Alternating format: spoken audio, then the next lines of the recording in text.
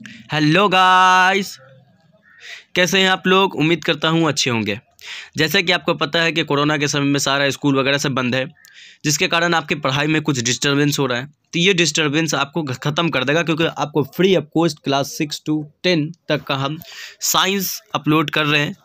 साथ में हम NCERT लाइन बाय लाइन पढ़ रहे हैं और सेकंड डे होकर के हम उसका नोट्स लिखवा रहे हैं। तो हम NCERT का इस चैप्टर का जो है यानी कंपोनेंट ऑफ फूड जो चैप्टर है, इसका हम NCERT लाइन बाय लाइन पढ़ा चुके हैं। उसका नोट्स है, नोट्स अभी हम इस लेक्चर में डिस्कस करेंगे। उसका जो मेन नोट्स सब है, ठीक है, और इसके साथ साथ नोट्स में जो मेन पॉइंट्स है वो हम समझाएंगे भी, ठीक है। इसके अलावा हम जो नोट्स में जो इम्पोर्टेंट पॉइंट है उसको भी हम हाईलाइट कर देंगे कि ये इंपॉर्टेंट है और कौन नहीं इम्पॉर्टेंट है, ठीक है। जो नॉर्मल लाइन होगा वो और जो इंपॉर्टेंट होगा उसको भी हाईलाइट हम कर देंगे। अगर आप हमारा वीडियो NCERT का लाइन बाय लाइन वाला लेक्चर नहीं देखे कंपोनेंट ऑफ फूड का, तो आप देख सकते हैं, ठीक है। हम इसका उस वीडियो का डिस्क्रिप्शन में दे देंगे लिंक। चलिए हम स्टार्ट करते हैं। जैसे कि हमारे इंट्रोडक्शन में दिया हुआ है, what we eat in our daily life to provide energy to our body is called food. ये फूड का डेफिनेशन है। ये पिछला लेक्चर जो था हमारा food where does comes from, ये चैप्टर में भी हम फूड का डेफिनेशन का डिस्कस किया और इसमें भी बता रहे हैं, ठीक है। People in different parts of our country eat different kinds of food. हम लोग जानते हैं कि अलग अलग कंट्री के अलग अलग कोने में रहने वाले, अलग अलग स्टेट में रहने वाले लोग सब अलग अलग तरीके का डिश लेता है, भोजन लेते हैं, ठीक है। जैसा कि आप समझ सकते हैं, यहाँ पर दिया हुआ है नॉर्दर्न पार्ट में चपाती, दाल, vegetable, brinjal, lady finger, potato, ये सब खाया जाता है। Where eaten where in the southern part of the India और राइस, सांभर, उत्तपम, ठीक है, ये सब चीज़ खाया जाता है। ये साउदर्न पार्ट में ये सब चीज़ खाया जाता है, ये सब डिशेस खाया जाता है, ठीक है। और अगर हम नॉर्दर्न की बात करें तो ये सब डिशेस खाया जाता है, ठीक है। देख सकते हैं यहाँ पे लिखा हुआ है।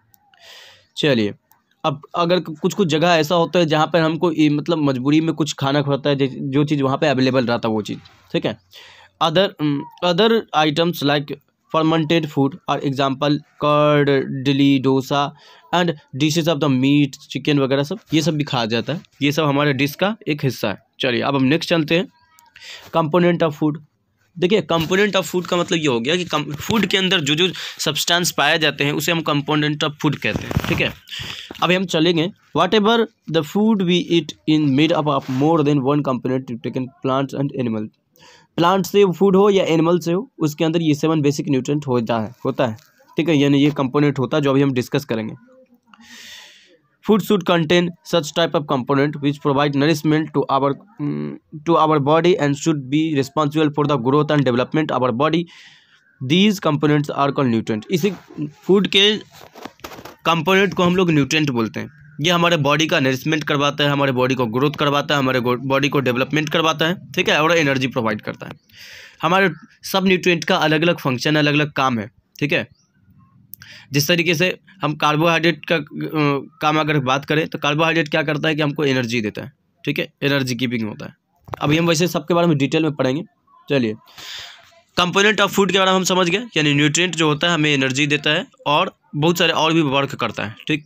टोटल कंपोनेंट ऑफ फूड जो होता है 7 होता है, यानी टोटल कितना न्यूट्रिएंट होता है, 7 न्यूट्रिएंट होता है। देखिए, अभी हम यहाँ पे बात आए थे कि न्यूट्रिएंट यानी कंपोनेंट ऑफ फूड और न्यूट्रिएंट, ये 2 पॉइंट बताएं। ये न्यूट्रिएंट है, ये कंपोनेंट ऑफ फूड है, दोनों एक ही चीज़ है। कंपोनेंट ऑफ फूड बोले या न्यूट्रिएंट बोले, ठीक है।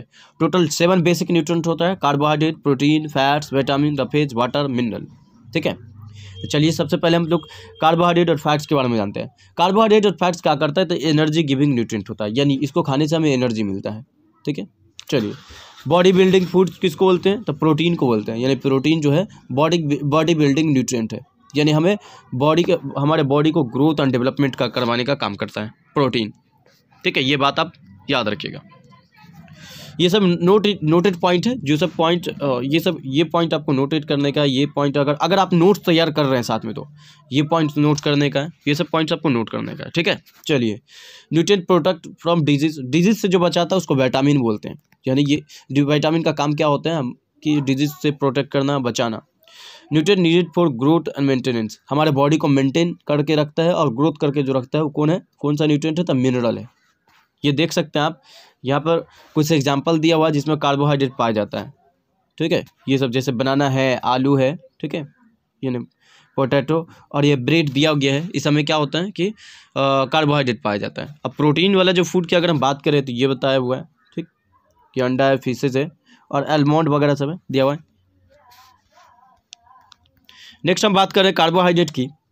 कार्बोहाइड्रेट ये भी एक तरीके का न्यूट्रिएंट है, यानी carbohydrate is the nutrient. The carbohydrate is the main component of food, ये मेन कंपोनेंट ऑफ फूड है। कार्बोहाइड्रेट मेन फूड का जो कंपोनेंट है उसको मेन कहा जाता है, ठीक है। It provide energy to form glucose, ठीक है। ये हमें एनर्जी देता है किसके फॉर्म में, तो ग्लूकोज के फॉर्म में, यानी कार्बोहाइड्रेट पहले ग्लूकोज में कन्वर्ट हो जाएगा, उसके बाद फिर एनर्जी मिलेगा हमको। यानी ग्लूकोज के फॉर्म में जब तक कार्बोहाइड्रेट कन्वर्ट नहीं होगा तब तक एनर्जी नहीं मिलेगा।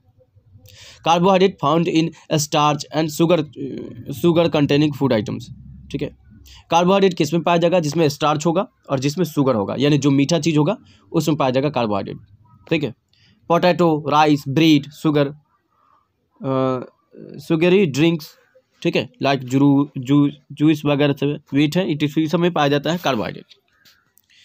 स्टार्च का टेस्ट हम पिछले लेक्चर में बताए थे, जब हम एनसीईआरटी लाइन बाय लाइन पढ़ रहे थे, एनसीईआरटी का बुक जब रीड कर रहे थे तो उसमें स्टार्च का हम बताए थे कैसे करते हैं एक्सपेरिमेंट, कैसे पता करेंगे कि कौन से फूड आइटम्स में स्टार्च है नहीं है, यानी कार्बोहाइड्रेट है या नहीं है, इसका टेस्टिंग कैसे करेंगे। जैसे अगर हम कुछ एग्जांपल अभी फिर से रिपीट कर देते हैं, जैसे एक आलू लेना यानी पोटैटो लेना, आप पोटैटो के अलावा कोई भी ऐसे सब्सटेंस ले सकते हैं जिसमें कार्बोहाइड्रेट पाया जाता है, ठीक है। देखिए कार्बोहाइड्रेट, स्टार्च, शुगर सब्सटेंस और ग्लूकोज सब सेम थिंग है, ठीक है। कार्बोहाइड्रेट ही टूटता है अलग अलग फॉर्म में, तो ये क्या बोलते हैं इसको, स्टार्च बनता है और फिर शुगर वगैरह सब जो है या ग्लूकोज बनता है। ग्लूकोज एकदम सिंपलेस्ट फॉर्म है कार्बोहाइड्रेट का। तो पोटैटो का लेना है एक पीस, उस पीस को लेने के बाद 2 या 3 ड्रॉप आयोडीन सॉल्यूशन गिराना है इस पर, यानी डालना है। उसके बाद अगर उसका कलर ब्लू ब्लैक अगर हो जाता है तो इसका मतलब समझ लीजिए कि उसमें कार्बोहाइड्रेट है। चलिए अब नेक्स्ट हम समझते हैं फैट के बारे में। कार्बोहाइड्रेट हम लोग समझ गए, फैट के बारे में जानते हैं। Fat also provide energy to our body more than carbohydrate. Carbohydrate से ज़्यादा एनर्जी कौन प्रोवाइड करता है हमको, फैट, ठीक है। यानी कार्बोहाइड्रेट के मामला में फैट ज़्यादा एनर्जी प्रोवाइड करता है। फैट में also be hazardous to our health. Fat ज़्यादा एनर्जी प्रोवाइड करता है तो इसका मतलब नहीं कि फैट कुछ सिर्फ खाया जा रहा है, फैट वाला सब्सटेंस को खाया जा रहा है, ये हमारे बॉडी के लिए हैजार्डस भी है। मतलब कहने का ये मतलब है सीधा कि हमारे बॉडी के लिए इफेक्टिव भी हो सकता है, हमारे बॉडी के लिए हानिकारक भी हो सकता है। It can cause the cholesterol and heart disease. ये हमारे कोलेस्ट्रॉल यानी फैटनेस हो जाएगा, इंसान का मोटापा जो हो जाता है वो, और हार्ट डिजीज़ यानी दिल की बीमारी भी हो सकती है। फैट कौन कौन से सब्सटेंस में पाया जाता है, तो देखिए घी है, चीज़ है, बटर है, ऑयल, क्रीम्स है and some food items containing fat. इतना समझ लीजिए कि जिसमें ऑयल वगैरह सब्सटेंस हो जाता है, ऑयली सब्सटेंस में फैट पाया जाता है। फैट का भी हम टेस्ट बताए थे कि कैसे करते हैं, ठीक है। ये देख लीजिए आप, यहाँ दिया हुआ है कि इसमें टेस्ट करने का कोई मतलब ही नहीं बनता, सीधा इतना समझ लीजिए कि जिसमें ऑयली सब्सटेंस जो हो उसको बोलते हैं फैट, ठीक है। देखिए ये सब, चलो अब नेक्स्ट चलते हैं हम आगे। हम अब तक पढ़े कार्बोहाइड्रेट और प्रोटीन के बारे में, सॉरी कार्बोहाइड्रेट और फैट के बारे में। अब हम समझेंगे प्रोटीन के बारे में। कार्बोहाइड्रेट और फैट्स दोनों हमें एनर्जी गिविंग फूड था, ठीक है। अब प्रोटीन के बारे में समझते हैं। चलिए, our body use to build और repair tissues for which body needs protein.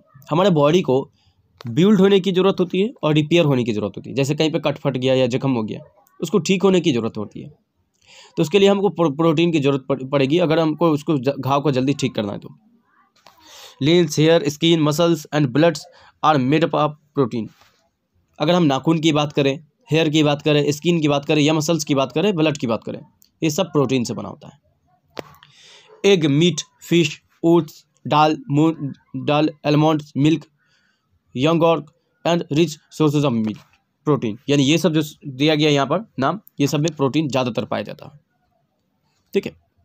Test of protein का टेस्ट कैसे करते हैं, देखिए अगर आपको इसका प्रोटीन का टेस्ट जानना है तो इसको पिछले हम लेक्चर में बता चुके हैं कि कैसे प्रोटीन का टेस्ट करना है वगैरह वगैरह।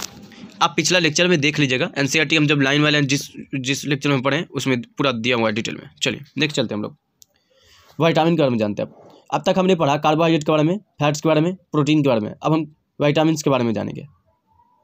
Vitamin need for the growth and development. Vitamin हमें ज़रूरत क्यों है? क्योंकि ग्रोथ चाहिए और हमारे बॉडी को डेवलपमेंट होना चाहिए, इसके लिए हमको विटामिन की ज़रूरत पड़ती है। It also provide the immunity, ये हमारे बॉडी में इम्यूनिटी का भी काम करता है। अब इम्यूनिटी एक ऐसा सिस्टम होता है हमारे बॉडी में जो किसी भी बीमारी से अगेंस्ट रहता है, यानी लड़ने में मदद करता है। यानी बीमारी से जो लड़ता है कौन करता है? तो इम्यूनिटी समझ लीजिए एक तरीके का सिस्टम हमारा बॉडी का जो भी डिजीज से लड़ता है, फाइट करता है। ठीक है, बॉडी डिफेंस और mechanism to fight against disease, दिया हुआ ये बात टू आवर बॉडी। चलो विटामिन देखते हैं। विटामिन अलग अलग टाइप्स का होता है, सिर्फ एक तरीके का विटामिन नहीं होता है। Vitamin A, vitamin C, vitamin D, vitamin E, vitamin K भी होता है। इसके अलावा विटामिन बी कॉम्प्लेक्स भी होता है। ठीक है, हम पिछले लेक्चर में एनसीईआरटी के बुक जब लाइन बाय लाइन पढ़ चुके हैं तो उसमें हम ये बात बता चुके हैं, डिस्कस कर चुके हैं विटामिन सब के बारे में भी। ठीक है, अब वो वाला वीडियो देखिएगा तो इसके बारे में और भी अच्छे से आपको मतलब समझ में आ जाएगा, इस चैप्टर के बारे में क्लियर हो जाएगा। चलिए अब हम समझते हैं पहले विटामिन ए के बारे में। Good for our skin, hair and eye. Vitamin A हमारे बॉडी के लिए यानी कौन कौन सा पार्ट के लिए फ़ायदेमंद होता है? तो स्किन के लिए होता है, हेयर के लिए और आई के लिए। विटामिन ए से हमारे आँख का आई साइटनेस पावर मजबूत होता है। कैरेट, स्वीट पोटैटो में ये विटामिन ए पाया जाता है। कैरेट हो या स्वीट पोटैटो हो, इसमें विटामिन ए की मात्रा ज़्यादा होती है। विटामिन सी की बात करें तो यह गुड फॉर इम्यूनिटी, हमारे इम्यूनिटी को यानी बीमारी से लड़ने के लिए जो क्षमता होती है उसको बढ़ाता है। ठीक है, found in citrus fruit like lemon, orange, tomato. ठीक है, ये खट्टे चीज़ों में पाया जाएगा विटामिन सी। विटामिन डी की बात अगर हम करें तो help our body to use calcium for the bone and teeth. Vitamin D हमारे बॉडी में बोन और टीथ को मजबूत बनाता है क्योंकि उसको कैल्शियम प्रोवाइड करता है, और हमारा बोन और हमारा टीथ जो है कैल्शियम से बना होता है। और हमारा दांत जितना ज़्यादा मजबूत होगा उतना आपको खाने पीने में प्रॉब्लम नहीं होगी, क्योंकि बहुत बड़ा रोल है खाने पीने के मामले में। ठीक है, च्यूइंग और कटिंग में दांत का। और बोन जितना मजबूत होगा उतना हमारा बॉडी का मतलब क्या बोलते हैं, हमारे बॉडी का पार्ट्स उतना ज़्यादा मजबूत, उतना स्ट्रेंथ फील होगा जितना ज़्यादा हमारा बोन मजबूत होगा। So let our body make vitamin D in the presence of sunlight of its own. हमारा बॉडी विटामिन डी जो है सनलाइट के प्रेजेंस में खुद भी बना सकता है। मतलब कि ऐसा कोई सब्सटेंस खाने की जरूरत नहीं है जो विटामिन डी प्रोवाइड करता हो। बात समझ आ गई आप लोगों को? यानी अगर आप धूप में खड़े हुए हैं तो आपको विटामिन डी अपने आप मिल सकता है, जिससे आपके बोन और अपने दांत की शक्ति को बढ़ा सकते हैं। We need calcium from the external sources. इसके अलावा कैल्शियम जिस चीज़ में पाया जाता है वो सब्सटेंस आपको खाना होगा, वो फूड आइटम्स खाना होगा जिसमें कैल्शियम पाया जाता है, अगर विटामिन डी आपको चाहिए तो। विटामिन ई की बात करें अगर हम तो फूड फॉर आवर विजन्स, यानी विटामिन डी जो है हमारे विजन को मजबूत करता है, देखने की कैपेसिटी को बढ़ाता है। ये किस में पाया जाता है? तो आलमंड यानी बादाम में और पीनट्स में पाया जाता है। विटामिन के की अगर हम बात करें तो विटामिन के जो है हमारे बॉडी के लिए गुड फॉर आवर ब्लड, ये हमारे ब्लड में बहुत ज़्यादा हेल्प करता है, यानी हमारे ब्लड के लिए गुड होता है। Found in spinach and broccoli, यानी हरी सब्जी वगैरह जो होता है उसमें पाया जाता है। जैसे अगर हम बात करें पालक का साग वगैरह, ब्रोकोली होता है गोभी का टाइप से। चलिए विटामिन बी कम्प्लेक्स के बारे में भी हम बताएं। Vitamin B complex, there are group of vitamin called vitamin B complex. इसमें ग्रुप ऑफ विटामिन आ जाता है, विटामिन का बहुत सारा ग्रुप कंटेनिंग ऑफ 8 विटामिन। ठीक है, यानी विटामिन इसमें एक नहीं दो नहीं बल्कि 8 विटामिन पाया जाता है, यानी 8 विटामिन का ग्रुप है ये विटामिन बी कम्प्लेक्स, इसलिए बी कम्प्लेक्स बताया जाता है इसको। जैसे vitamin B1, vitamin B2, vitamin B3, vitamin B4, vitamin B5, vitamin B6, vitamin B7, vitamin B8 and vitamin B12। ठीक है, चलिए नेक्स्ट हम जानते हैं। Vitamin B play an important role in our cell membrane, cell metabolism. Vitamin B जो है हमारे cell membrane के लिए बहुत इंपॉर्टेंट होता है। अब सेल मेम्ब्रेन क्या होता है ये समझ लीजिए। देखिए हम लोग जानते हैं कि जितना भी चीज़ दुनिया में बना हुआ उसका कुछ ना कुछ इकाई है, यानी शुरुआत यानी इनिशियल पॉइंट। उस तरीके से हमारे बॉडी का भी इनिशियल पॉइंट है। हम एक एग्जांपल लेकर के समझते हैं। जैसे अगर किसी घर को बनाना है तो उसका इनिशियल पॉइंट एक ईंट होगा, यानी ब्रिक्स। एक ईंटा जोड़ेंगे, फिर उसके ऊपर 2 ईंटा, फिर 3 ईंटा, ऐसे करते करते एक दीवार तैयार होगा, फिर एक घर तैयार होगा। फिर बिल्डिंग तैयार होगी, इस तरीके से पूरा बिल्डिंग तैयार हो जाएगा। तो इसका इनिशियल पॉइंट यानी स्टार्टिंग पॉइंट एक ब्रिक्स हुआ, एक ईंटा हुआ। तो उसी तरीके से हमारे बॉडी का एक इनिशियल पॉइंट होता है सेल। सेल को हम ये गोल स्फेरिकल सरफेस से हम दर्शाते हैं, ठीक है, ये इस साइज में। अब सेल जो होता है, सेल के अंदर बहुत सारे मेटाबॉलिज्म होता है, एक्टिविटी, जैसे बहुत सारा चीज़ इसके अंदर बनता है, बहुत सारा चीज़ टूटता है। तो उसको हम आप जब बाद में जानिएगा क्या नहीं है क्या नहीं है। बस हम इतना समझाते हैं कि सेल जो है इंसान का यूनिट है, यानी जितना भी लिविंग थिंग्स है, सिर्फ इंसान ही नहीं बल्कि जितना भी लिविंग थिंग्स है सबका यूनिट है सेल। और सेल एक मेम्ब्रेन से घिरा होता है, एक पतला सा झिल्ली नुमा, जिसको प्रोटेक्ट करता है। जिस तरीके से हमारा घर में जो है बाहर आउटर बाउंड्री दिया रहता है, जिससे चोर वगैरह हमारे घर के अंदर ना आ सके, उस तरीके से हमारे सेल में क्या होता है कि आप जो बाउंड्री दिया होता है, ठीक है, ये बाउंड्री को हम लोग बोलते हैं सेल मेम्ब्रेन के नाम से जानते हैं, जो यहाँ दिया हुआ है, ठीक है। यहाँ sorry cell metabolism sorry for that, cell metabolism लिखा होता है, हम सेल मेम्ब्रेन समझ गए, ठीक है। वैसे रिपीट कर देते हैं सेल मेटाबॉलिज्म क्या होता है। ये तो हम यहाँ तक तो सही बताएं, ये सेल मेम्ब्रेन होता है, ये घिरा होता है। ये भी आपको एक नया पॉइंट यहाँ से पता चल गया कि सेल मेम्ब्रेन क्या होता है, ठीक है। वैसे सेल मेटाबॉलिज्म की बात करें, सेल के अंदर बहुत सारी चीज़ टूटता है, बनता है, ठीक है। बात समझ में आ गई आपको। सेल के अंदर बहुत सारा चीज़, जितना भी रिएक्शन होता है सेल के अंदर, उस सेल के रिएक्शन को हम लोग बोलते हैं सेल मेटाबॉलिज्म, ठीक है। सेल के अंदर जो भी रिएक्शन होता है उसको हम लोग बोलते हैं सेल मेटाबॉलिज्म। चलिए अब चलते हैं आगे, ठीक है। तो ये आपको पता चल गया विटामिन बी कम्प्लेक्स में B1, B2, B3, B5, B6, B7, B9 और B12, यानी B8 नहीं होता है, B4 नहीं होता है, ठीक है। ये बात आपको याद रखनी है। चलिए अब समझते हैं विटामिन बी, जो हम बता दिए सेल मेटाबॉलिज्म में काम करता है। मेटाबॉलिज्म क्या होता है, सेल के अंदर कोई भी चीज़ बनना या टूटना, उसको बोलते हैं सेल मेटाबॉलिज्म। विटामिन ए जिसमें पाया जाता है, देख सकते हैं आप यहाँ पर दिया हुआ है। जिसमें विटामिन सी पाया जाता है वो देखिए यहाँ दिया हुआ है। विटामिन डी जिसमें पाया जाता है, ये देख लीजिए। एक इंसान है जो धूप में अगर खेल रहा है तो उसके विटामिन डी भी मिल रहा है, नहीं, लेकिन ज़्यादा देर तक आपके लिए धूप भी फ़ायदेमंद नहीं है। हर चीज़ पूरी तरीके से फ़ायदेमंद नहीं हो सकती। एक्सेस एवरीथिंग इज़ बैड, ये तो कहावत आप सुने होंगे ना अच्छे से। चलिए अब आगे चलते हैं। Mineral were needed in trace amount, minerals were needed in trace amount but is essential component as well, ठीक है।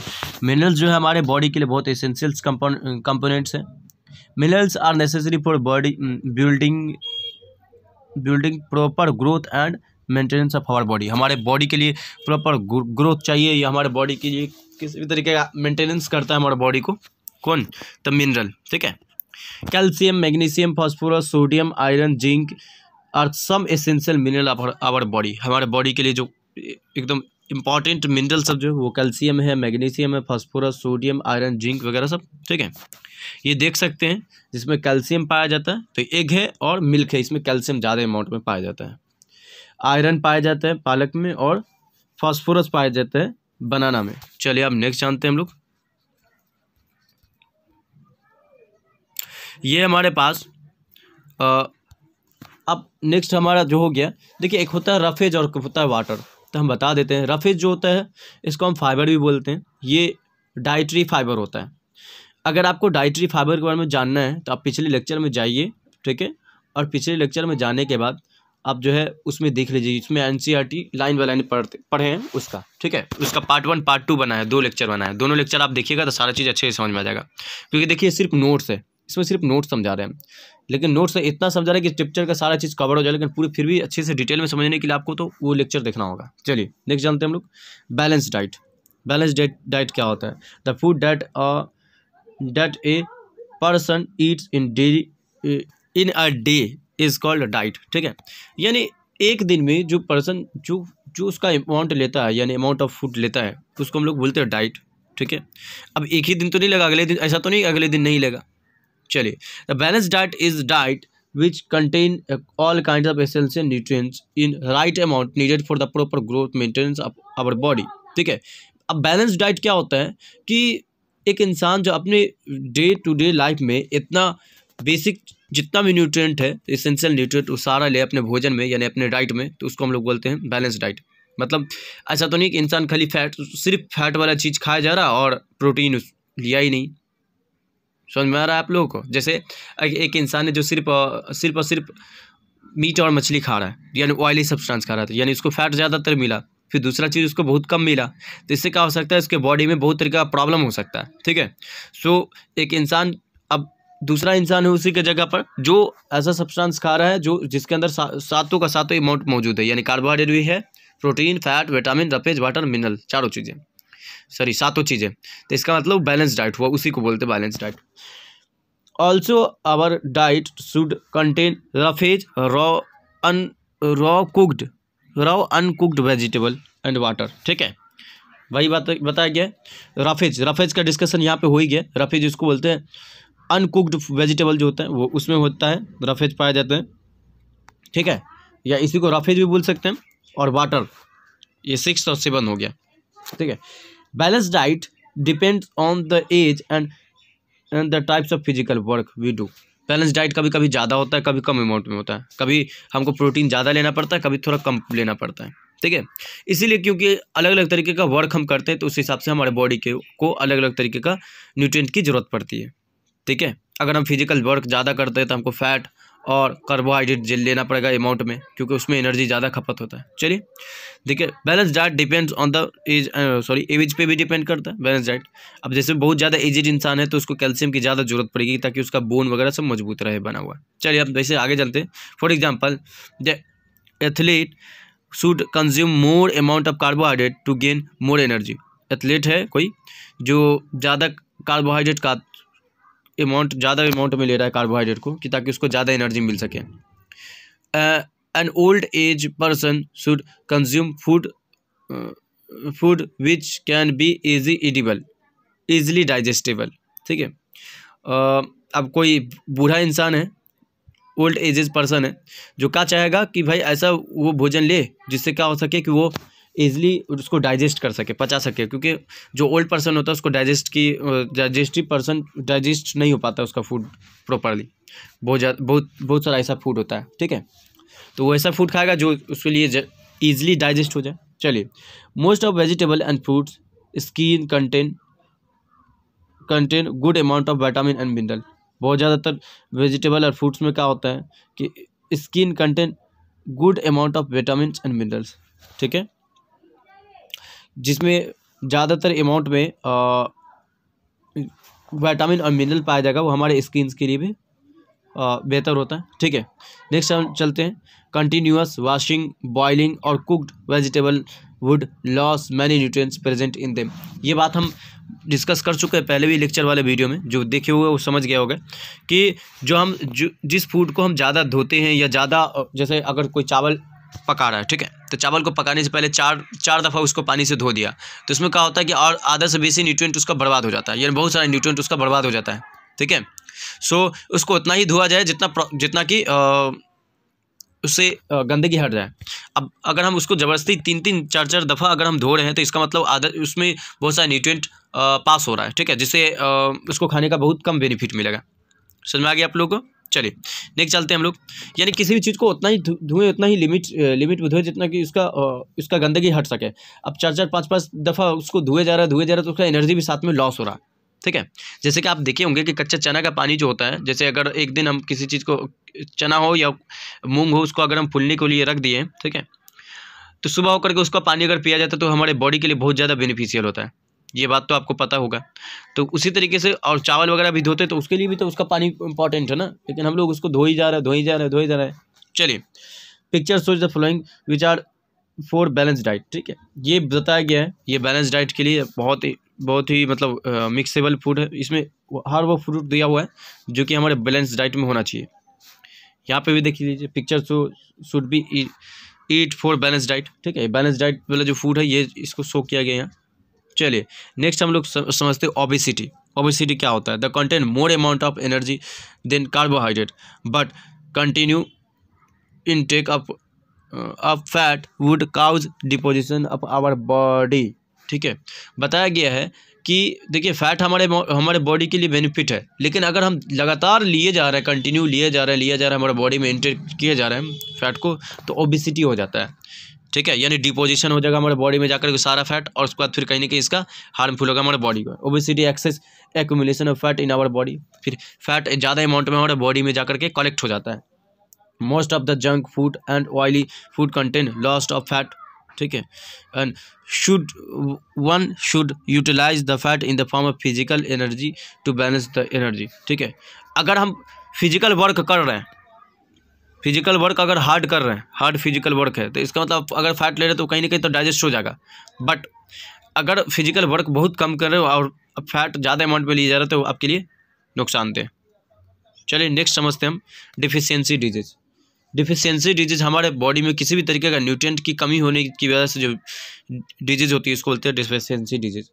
The disease cause due to the particular nutrient और mineral in our diet for a long period of time, ठीक है, इसको deficiency disease. ये पहले हम बता दिए, किसी भी तरीके का न्यूट्रिएंट की कमी से जो हमारे बॉडी के अंदर किसी तरीके का बीमारी होता है उसको बोलते हैं डिफिशियंसी डिजीज। सपोज डैट कि कोई ऐसा बीमारी है जिसको विटामिन की कमी से हो जाए। बहुत सारे ऐसे लोग होते हैं जिसको सही से प्रॉपर दिखाई नहीं देता, इसका मतलब वो है कि उसके बॉडी के अंदर विटामिन ए का जो परसेंटेज है बहुत कम है। अगर विटामिन ए अगर सही अमाउंट में ले तो उसका साइट ऑफ विजन जो है वो ठीक हो जाएगा। This deficiency could be one और मोर न्यूट्रिएंट, ये एक न्यूट्रिएंट की कमी से भी हो सकता है, एक से अधिक न्यूट्रिएंट की कमी से भी हो सकता है, ठीक है। जरूरी नहीं कि सिर्फ कोई एक न्यूट्रिएंट की कमी से कोई बीमारी हो जाए, ठीक। हो सकता है कोई बीमारी हो तो उसमें 2-3 न्यूट्रिएंट्स की कमी हो, like skin, hair, face, teeth, growth of particular person, ठीक है। यहाँ तक कि कोई न्यूट्रिएंट प्रॉपर अमाउंट में न लेने की वजह से भी इंसान का ग्रोथ भी रुक जाता है, ठीक है। This deficiency can be overcome by taking balance diet, ठीक है। If a person deficiency both carbohydrate और protein would take that person this thin और वीक, यानी कोई इंसान है जिसके पास प्रोटीन और कार्बोहाइड्रेट दोनों की कमी है उसके बॉडी के अंदर, इसका मतलब वो इंसान बहुत पतला होगा और बहुत वीक होगा, यानी कमज़ोर होगा, ठीक है। उसको कमजोरी बहुत ज़्यादा फील होगा। डिफिशियंसी विटामिन की कमी से जो बीमारी होता है उसके बारे में दिया हुआ है यहाँ पर। इसको हम पिछले लेक्चर में भी शो किए हुए हैं, एनसीईआरटी लाइन वाले समझाया उसमें भी। जैसे नाइट ब्लाइंडनेस, ठीक है, यानी उसको साइटनेस प्रॉब्लम हो गया ना, तो पुअर विजन और नो विजन और एट नाइट, या तो रात के समय दिखाई नहीं देगा या बहुत कम दिखाई देगा। विटामिन B1 की कमी से बेरी नाम का बीमारी होता है। इसका मतलब क्या होता है, नर्वसनेस, यानी इंसान नर्वस हो जाता है, पैरालाइज होता है और वीक मसल्स हो जाता है, उसका जो मसल्स है वो कम हो जाता है, मतलब वीक हो जाता है। विटामिन C की कमी से जो स्क्योर्बी हो जाता है, यानी ब्लीडिंग गम, यानी दांत के पास से मसूरस वगैरह से खून निकलेगा, ठीक है। चलिए नेक्स्ट बताइए लेट हीलिंग अप वाउंड, यानी उसका जो जख्म होगा जल्दी भरेगा नहीं, अगर कहीं कट फट गया तो जल्दी से नहीं भरेगा वो। विटामिन B के कमी से जो रिकेट नाम की बीमारी ये होगा, यानी वीकनेस ऑफ बोन और डिकेइंग ऑफ टीथ या तो सड़ जाएगा या तो कमजोर हो जाएगा। विटामिन K की कमी से क्या हो जाएगा, हार्मोरेज, मतलब क्लोटिंग ऑफ ब्लड अफेक्टेड, ठीक है। चलिए नेक्स्ट बताइए deficiency of mineral in table. Mineral की कमी से जो कुछ डिफिशियंसी है यहाँ पे दिया हुआ है। कैल्शियम और फॉस्फोर की कमी से बोन एंड टूथ डिके, दांत या हड्डी सड़ने लग जाता है।